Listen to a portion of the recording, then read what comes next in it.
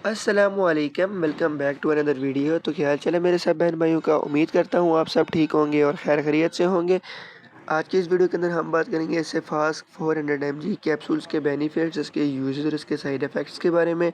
इन capsules के क्या फ़ायदे हैं, क्या नुकसानात और क्या तरीका इस्तेमाल है, आज की इस 2 मिनट की वीडियो के अंदर आपको मुकम्मल डिटेल बता दूंगा। तो वीडियो स्टार्ट करने से पहले आप सब बहन भाइयों से मेरी छोटी सी रिक्वेस्ट है कि अभी तक आपने मेरा चैनल मोहम्मद सुलेमान कियानी सब्सक्राइब नहीं किया तो सब्सक्राइब कर दें, वीडियो को लाइक कर दें और बेल आइकन को प्रेस कर दें ताकि मेरी हर नए आने वाली वीडियो किसी भी मेडिसिन के मुतालिक आप तक ईजिली पहुँच सके। चलिए वीडियो स्टार्ट करते हैं बगैर आपका टाइम ज़ाया किए। इस मेडिसिन का इस्तेमाल आपने अपने डॉक्टर की हिदायत के मुताबिक करना है, या कोई भी मेडिसिन आप यूज़ करते हैं डॉक्टर की हिदायत के मुताबिक इसको यूज़ करें। जहाँ तक इसके बेनिफिट्स की बात की जाए, इसके अंदर जो फार्मूला यूज़ किया गया है वो सेफेक्साइम है, जिसका इस्तेमाल मुख्तलिफ बीमारियों को ख़त्म करने के लिए किया जाता है। ठीक है, बैक्टीरियल इन्फेक्शन के लिए ये एक एंटीबायोटिक मेडिसिन है।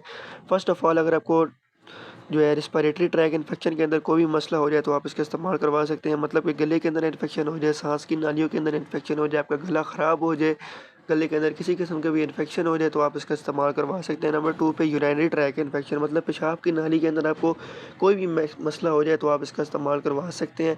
यूरिनरी ब्लैडर के अंदर मसला हो जाए या किसी भी किस्म का मसला हो जाए आपको पेशाब की नालियों के अंदर, तो आप इसका इस्तेमाल करवा सकते हैं। उसके बाद कान के इन्फेक्शन के लिए भी आप इसको इस्तेमाल करवा सकते हैं। कान के अंदर पीप आ जाए या कोई भी मसला हो तो आप इसको इस्तेमाल करवा सकते हैं। ये बेसिकली एंटीबायोटिक मेडिसिन है। ठीक है, जहाँ तक इसके नुकसानात की बात की जाए, तरीका इस्तेमाल की बात की जाए, इसके नुकसानात की वजह से आपको नोज़िया हो सकता है, वॉमिटिंग हो सकती है और बहुत सारे मसले बन सकते हैं। इसलिए जब भी आप ये मेडिसिन लें तो डॉक्टर की हिदायत के मुताबिक ही इस्तेमाल करें। जहाँ तक इसके तरीके इस्तेमाल की बात की जाए तो वो अपने डॉक्टर की हिदायत के मुताबिक इसको यूज़ करना है। वैसे आप एक कैप्सूल दिन को यूज़ कर सकते हैं।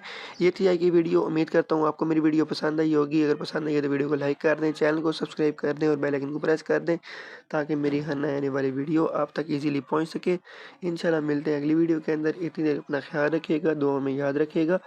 अल्लाह हाफ़िज़, take care, thanks for watching.